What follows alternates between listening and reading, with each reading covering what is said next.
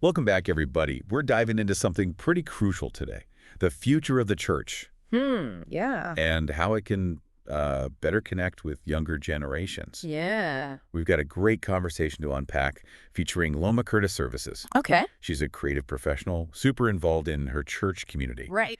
and she's joined by two really insightful teenagers, Warren and Andre. Gotcha. Warren's a freshman in college, and Andre's still in high school. Interesting. Now, what's really fascinating is that Warren and Andre, they've grown up completely immersed in church culture. Wow. They're not your typical rebellious teens pushing back against tradition. Yeah. So their perspective is extra valuable. Absolutely. And they hit on this really key observation right off the bat.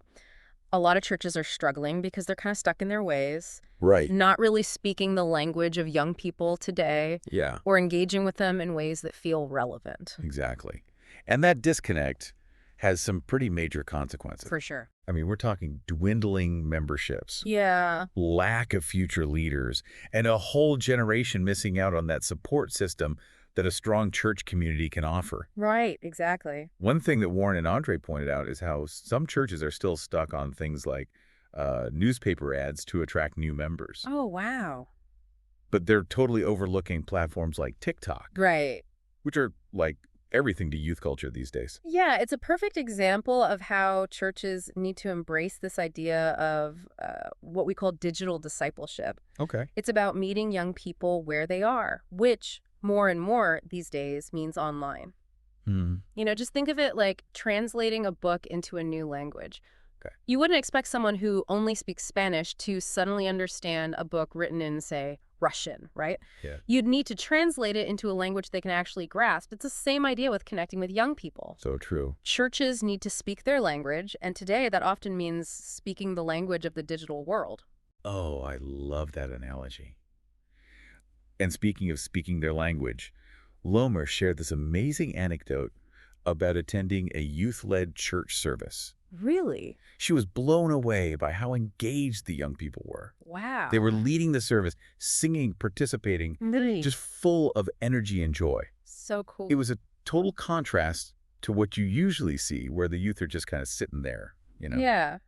Disengaged, bored. Exactly. That story highlights a couple really key things. First, it shows what's possible when you empower young people and give them ownership. Right. They clearly have this passion for their faith. Mm. They just need the space and support to express their own way. For sure. And secondly, it brings up this whole concept of succession planning in churches. Okay, I gotta admit, when I first heard that term, I thought of, like, some complicated corporate strategy. Yeah, I know, right? And it's actually a pretty simple idea. It is. It's about recognizing that the church needs to cultivate future leaders. And instead of waiting till the older leaders are ready to retire, it's about actively mentoring and empowering the younger generations to step into those roles now. Absolutely. And that connects perfectly with maybe the most powerful statement from this whole conversation. Mhm.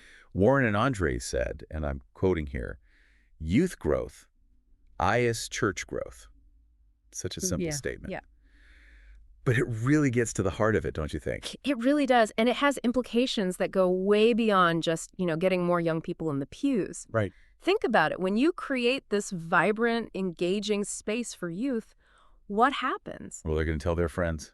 Exactly. They're excited to be there, and that energy, it's contagious. Absolutely. And it doesn't stop there. When churches appeal to younger generations, it often brings in their parents, too. Oh, interesting. It's like this ripple effect of growth Wow. that can totally revitalize the whole church community. I love that. That idea that Warren and Andre brought up, Yeah. youth growth, church growth, it really stuck with me. It's powerful. It makes you think about how churches view growth, Right. Are they trying to attract new members of all ages? Yeah. Or are they missing this huge potential right there in their own youth? It's like they're looking for something that's right in front of them. Exactly. Which brings up the big question. Yeah. What can churches actually do to make that youth growth happen? Right.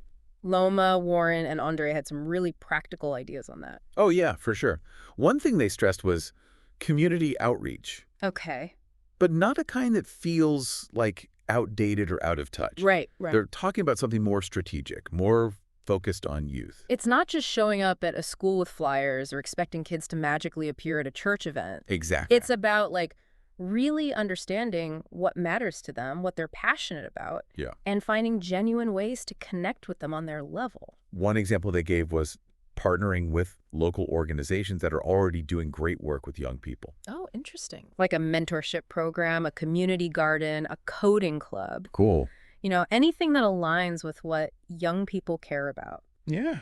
and allows the church to be present in a way that feels authentic. Right, like they're actually contributing. Exactly. They also talked about how important it is to create spaces within the church where young people can, like, explore their faith without feeling judged Right. or pressured, Yeah. because sometimes those traditional services can feel a little too formal for teenagers. Yeah, I think a lot of us can relate to that. Us. Who wants to feel like they're constantly being watched or told what to believe? Exactly. It's about making it more relaxed, more open, Yeah. a place where they can ask questions, Mhm. share their doubts, really wrestle with their faith in a safe space. And then maybe that means, like, bringing in some contemporary music, Yeah, for sure. having more interactive discussions, even exploring different forms of worship that resonate with younger people. Absolutely. It doesn't mean ditching tradition altogether, Right. but it does mean being open to new ways of expressing faith. I like that.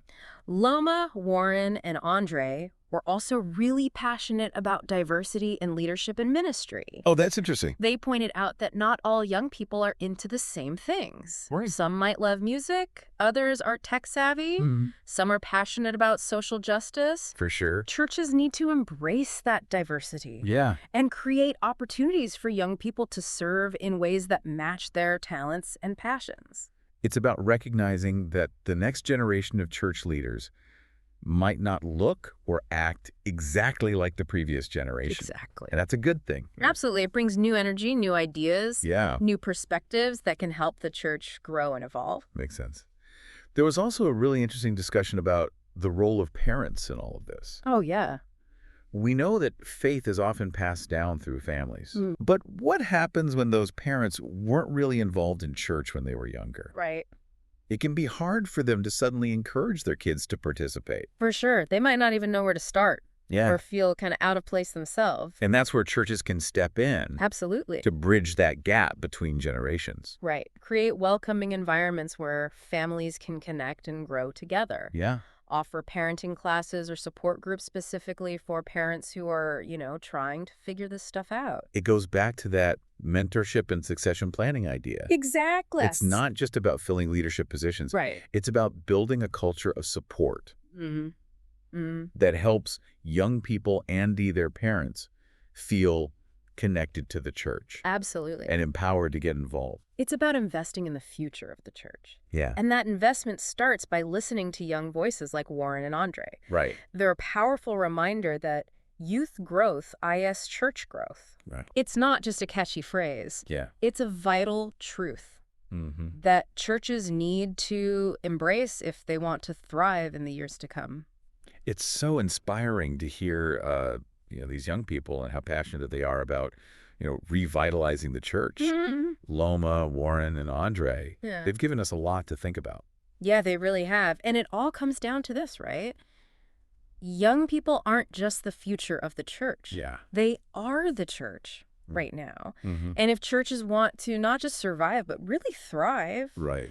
they need to really take that to heart. And that means, like, really being intentional about creating spaces Yeah, where young people feel welcome and valued and empowered to Um, share their talents, their ideas. absolutely. We can't just expect them to fit into the way things have always been done, right? Exactly. Sometimes it means letting go of some of those outdated traditions, Mm-hmm.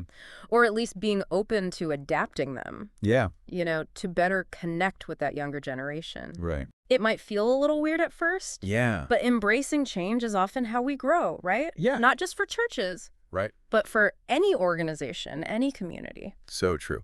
So let's bring this back to our listeners. Okay. What can we learn from this deep dive? Yeah. And more importantly, what can we actually do with this information? Well, I think the first step is really simple. Just listen. Mm-hmm. Really listen to the young people in your church, in your community. Yeah. What are they hoping for? What are they struggling with? What are they passionate about? What do they think the church could be doing better? Exactly. It's about asking questions Mm-hmm. and being open to the answers. Right. Even if those answers challenge what you thought you knew, Yeah. Yeah. or maybe make you feel a little uncomfortable, Yeah. because sometimes being uncomfortable, that's a sign we're actually growing. Right. That we're learning. Exactly. Yeah. And then it's about taking action. Okay. It doesn't have to be some huge, sweeping change. Right. It could be something as simple as inviting a young person to share their story during a service, Mm-hmm. or creating a youth-led social media team, Yeah. or even just having a pizza night Yeah, I love that. where you can actually sit down and listen to their ideas. Sometimes the smallest things can make the biggest impact. For sure. The key is to be intentional, to keep Yeah. that conversation going. Right. And remember that when we invest in our youth, we're investing in the future of the church. That's such a great takeaway. Hmm. So what's one thing, one concrete action your church could take this week to better connect with young people? We encourage you to think about it, talk about it, and most importantly, do something about it. Because the future of the church really does depend on it. Thanks for joining us for another deep dive. We'll see you next time.